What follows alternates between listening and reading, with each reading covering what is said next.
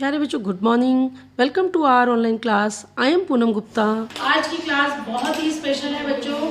आज की क्लास में हम सीखेंगे कि आप 12th क्लास के बच्चों का इंग्लिश का बोर्ड एग्जाम जो कि 4 मई को है, इसको हम कैसे अटेंड करें कि हम 80 में से अबव 78 मार्क्स ला पाए। आज की स्ट्रेटेजी है हमारी कि हमारे सभी बच्चे अबव 95% मार्क्स ला पाए, लेकिन कैसे, चलिए देखते हैं। तो सबसे पहले हम देखते हैं बेटा, जो हमारा क्वेश्चन पेपर होता है 2 पार्ट्स में डिवाइडेड है, पार्ट ए और पार्ट बी। पार्ट ए में सारे एमसीक्यूज हैं और पार्ट बी में आता है राइटिंग स्किल एंड लिटरेचर। ठीक है, राइटिंग स्किल एंड लिटरेचर। तो पेपर करते समय जब हमें पेपर मिलता है 4 मई को, जब आपको पेपर मिलेगा बच्चों, तो 10 बजे आप 9:30 एग्जामिनेशन हॉल में पहुंच जाओगे। 10 बजे जब आपको सीट मिल जाएगी तो आपको पेपर आंसर शीट मिलेगी। ओके, आंसर शीट में कुछ आपको डेटा फिल करने होते हैं, जल्दी से आप उनको भर लोगे। और मान लीजिए आपकी आंसर शीट, ये आपको एक आंसर शीट पेपर मिलती है, तो आप ऐसे मोड़ करके इसमें एक हाशिया बनाएंगे। सारा हाशिया बन गया, इसको पेन से लाइन खींच दोगे। ठीक है, अब इसको एक साइड में रखोगे और इसके डेटास पूरे भर दोगे, अपना नाम, अपना सब्जेक्ट, अपने सब्जेक्ट का कोड, अपना रोल नंबर, सब कुछ आपके एंट्री कार्ड में लिखा होता है। आपके रोल नंबर पर सब कुछ लिखा होता है, वहां से देख करके आप इसको भर दोगे। इसके बाद बच्चों, जब हम इस पेपर को, हमें क्वेश्चन पेपर मिल जाएगा 10:15 बजे। ठीक है, तो 15 मिनट में हमें इस आंसर शीट को भरना है। जो आपके साथ टीचर होंगी वो आपको चेक भी कर देंगी, आपको हेल्प भी करेंगी। 10:15 बजे जब आपको पेपर मिल रहा है, यहाँ से शुरू होती है स्ट्रैटेजी कि हम कैसे पेपर अटेंड करें। तो हमें बिल्कुल टाइम वेस्ट नहीं करना, हमें सेक्शन ए अभी नहीं देखना, हम पढ़ना शुरू करेंगे सेक्शन बी से। क्वेश्चन पेपर को खोलोगे, लास्ट 2 पेजेस पर आपको पार्ट बी दिखाई देगा और ऊपर लिखा होगा राइटिंग स्किल। यहाँ पर क्वेश्चन शुरू होते हैं बच्चों, question 6, question 7, question 8, question 9। 4 question आते हैं राइटिंग स्किल में। पहला क्वेश्चन किसका है? Notice and advertisement. जल्दी से आप पढ़ोगे। जब क्वेश्चन नंबर 6 पढ़ोगे तो वहां पर नोटिस का टॉपिक, ठीक है, नेम और आपका डेजिग्नेशन सर्कल कर दोगे। अब आपने पढ़ लिया, ये भी पता लग गया नोटिस आपको आता है, एडवर्टाइजमेंट पढ़ने की जरूरत नहीं है क्योंकि हम नोटिस अच्छे से सीख चुके हैं। क्वेश्चन नंबर 7 इन्विटेशन से आता है। तो इन्विटेशन, हमने जहां पे भी इन्विटेशन लिखा है वहां पर नोटिस सर्कल कर दोगे। अब वो एक्सेप्टेंस है या रिफ्यूजल है। एक वर्ड वहां पर आएगा फॉर्मल या इनफॉर्मल। ठीक है, तो इसको भी आप अंडरलाइन कर दोगे, सर्कल कर दोगे, ताकि जब हम क्वेश्चन करें तो हमारी कोई गलती ना हो। पढ़ते समय ये सब चीजें हमें निकाल के रखनी है कि अगर एक्सेप्टेंस है तो किसका एक्सेप्टेंस है, रिफ्यूजल है तो किसका रिफ्यूजल है, आप उसको गोला बना करके अंडरलाइन कर दोगे। अब आता है क्वेश्चन नंबर 8। क्वेश्चन नंबर आता है लेटर। हम क्या कर रहे हैं बेटा, यहाँ पे जॉब एप्लीकेशन की हमने तैयारी की। तो 2 क्वेश्चन में आप देखोगे कि कौन सा जॉब एप्लीकेशन है, उसको आप अंडरलाइन कर दोगे। जॉब एप्लीकेशन में क्या देखनी होती है? पोस्ट। तो जहां पे पोस्ट लिखा है आप जल्दी जल्दी इसको गोला करते जाओगे। लेटर किसको लिखना है? Write a letter to the manager, principal किसको लिखना है, उसको गोला करना है। तो याद रहे कि ये जो पहले 15 मिनट है, इसको अच्छे से यूटिलाइज करना है।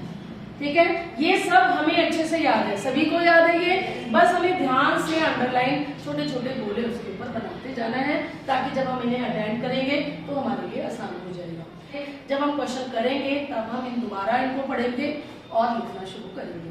इसके बाद क्वेश्चन नंबर आता है 9, आर्टिकल। इसमें से आर्टिकल और रिपोर्ट दोनों आपको आती हैं, लेकिन आर्टिकल ज्यादा आसान होता है। तो देखोगे जहाँ पे आर्टिकल है वहां गोला बना दोगे, बाय किसने लिखा है आर्टिकल लिख दोगे, आर्टिकल का टॉपिक क्या है उसको गोला लिख दोगे। तो ये था ऐसे पार्ट बी के 6, 7, 8। इसके बाद आता है क्वेश्चन नंबर 10, जो कि आपके लिटरेचर सेक्शन से है, यानी कि प्रोज में से आएगा।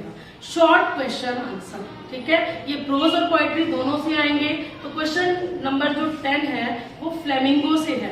कोई भी 7 क्वेश्चन आएंगे, 7 में से आपको 5 करने हैं। ठीक है, तो आपने क्वेश्चन को पढ़ा, क्वेश्चन को पढ़ के आपको समझ में आ गया कौन से चैप्टर है, पेंसिल से लिख दो चैप्टर का नाम। ऐसे आप सारे चैप्टर्स के नाम लिख दोगे तो आपको पता लग जाएगा कि कौन से 5 क्वेश्चन आपको आते हैं। दोबारा जब हम करने बैठेंगे तो हमें टाइम खराब नहीं करना पड़ेगा। ठीक है, ये सब काम हमें 10 मिनट के अंदर कर लेना है। आपस में बातें नहीं करनी, टफ है, मुझे नहीं आता या मैं नहीं कर पाऊंगी, बिल्कुल भी नहीं सोचना। दिमाग में रखना है मेरा पेपर बहुत अच्छा होगा, मुझे सब आता है। हमें सोचना है कि ये सब चीजें हम निकाल करके रख लें पहले 15 मिनट में, 10:15 से 10:30 के बीच में। ऐसे ही बच्चों क्वेश्चन नंबर जो 11 आता है वो विस्तार से आता है। ठीक है, 3 क्वेश्चन आते हैं और 2 करने होते हैं 3 में से। तो आपने दोनों क्वेश्चन के नाम लिख दिए और जो जो क्वेश्चन आता है उसमें आपने नाम लिख दोगे तो आपको समझ भी आ जाएगा कि मुझे इतना पेपर आता है। अब क्वेश्चन नंबर 12 लॉन्ग क्वेश्चन आता है, पहला फ्लेमिंगो से है और 13वां क्वेश्चन विस्तार से है। अगेन उसमें चैप्टर का नाम लिखो। पार्ट बी हमने सीख लिया कि कैसे हमें अटेंड करना है। तो ये सब पार्ट बी का जो क्वेश्चन पेपर है हमें कोशिश करनी है 10 मिनट में, 15 मिनट है ना हमारे पास, 10-15 में हमें पेपर मिलेगा, 10:30 तक हमें रीड करना है। तो 15 मिनट में हम ये सब बोले लगाएंगे। ये तभी पॉसिबल है जब आप अपनी कंसंट्रेशन बनाए रखें, कोई बातचीत किसी से ना करें। ठीक है, अब इसके बाद चलते हैं पार्ट ए के ऊपर।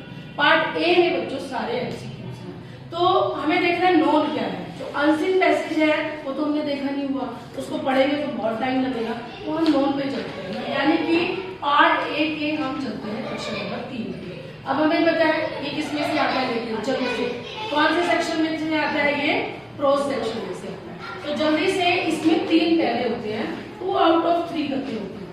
ठीक है, तो 2 पैरों का यहाँ पे हमें आरटीसी दी होगी, क्वेश्चन दिए होंगे, क्वेश्चन 1, 2, 3, 4। तो हमें पहचानना है कि ये किसमें से है। कीवर्ड्स हमने आपको बता दिए, सबको पता लग गया कीवर्ड्स कौन कौन से हैं चैप्टर के, उसके अकॉर्डिंग हम यहाँ पे नाम लिखेंगे। जिस आरटीसी का आपको चैप्टर समझ में आ रहा है, मतलब उसके क्वेश्चन भी आप कर पाएंगे। ठीक है ना, 3 पैसेज दिए, अगर आपको आरटीसी का क्वेश्चन समझ में आ गया, चैप्टर, अगर आपको आरटीसी का चैप्टर समझ में आ गया तो आप क्वेश्चन पढ़ो। अगर आपको ये समझ नहीं आ रहा तो क्वेश्चन पढ़ो, शायद समझ में आ जाए। ठीक है, तो आप क्वेश्चन पढ़ोगे, फिर दूसरा ऐसे ही पैसेज पढ़ोगे कि कौन से चैप्टर से है, और फिर तीसरा पैसेज पढ़ोगे कौन से चैप्टर से है। तो जो आपके 2 चैप्टर अच्छे से तैयार है, नेचुरली उनके आंसर भी आप अच्छे कर पाओगे, तो उन आंसर को आपने गोले लगा लिए। अब गोले लगाने में हमें क्या क्या ध्यान रखना है, तो नॉट वर्ड कहीं पर आता है किसी क्वेश्चन में तो अंडर गोला लगाना, क्योंकि कई बार हम जल्दी जल्दी में पेपर के प्रेशर में हम नोट तो पढ़ना ही भूल जाते हैं। ठीक है, एक वर्ड आता है सिनोनिम विद सेम मीनिंग। ठीक है, सेम एज, तो इसका मतलब है समानार्थक शब्द आपको लिखना है। Antonym opposite word, not same as, तो मतलब है अपोजिट वर्ड आपको लिखना है। ठीक है, वहां पे आप गोला लगा कि सिनोनिम पूछा है या एंटोनिम पूछा है, ऐसे करके भी 3 मैसेज करो। इसके बाद जो नेक्स्ट क्वेश्चन आता है बेटा, क्वेश्चन नंबर 4। क्वेश्चन नंबर 4 भी आपका आरटीसी है, किसमें से, पोएम में से। ये मोस्ट इजी क्वेश्चन है, पोएम आपको आसान भी बहुत लगती है, इसका आरटीसी समझ भी आ जाता है। Name the poem, name the poet, एक क्वेश्चन ये हो जाता है। Tell me the poetic device, name the poetic device, word दिया होता है उसमें पोएटिक डिवाइस बताओ।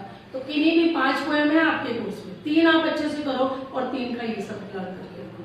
तो उसमें भी देखो, जब भी आप आरटीसी पढ़ो तो लिख दो ये आरटीसी कौन सी पोएम में से, पोएम का नाम लिख दो। ठीक है, पहचानने के लिए आपको उसके कीवर्ड्स देखो और आंसर कर दो। अगर आपको आंसर मिल जाते हैं तो पेंसिल से हल्का हल्का टिक करते हुए हम चलेंगे। ठीक है, इसके बाद आता है क्वेश्चन नंबर 5। 5 क्वेश्चन है पूरी बुक से, इसमें 9 to 10 क्वेश्चन आएंगे बच्चों, और इसमें से आपको कोई 8 करनी है। तो जो क्वेश्चन, अगेन वही स्ट्रेटेजी है हमारी, जो क्वेश्चन हम पढ़ते जा रहे हैं, अगर हमें पहचान में आ रहा है ये किस चैप्टर से है तो हम हल्का सा निशान लगा सकते हैं, लास्ट लेसन है हल्का सा लिख सकते हैं। ठीक है, और उस क्वेश्चन को अटेम्प्ट कर सकते हैं। ऊपर क्वेश्चन दिया है, नीचे 4 आंसर। ये स्ट्रेटेजी मैंने आपको एक और क्लास में सिखाई दी है कि आप एमसीक्यूज में टिक कैसे करोगे। ठीक है, तो वहां से आप देख सकते हो, लिख सकते हो।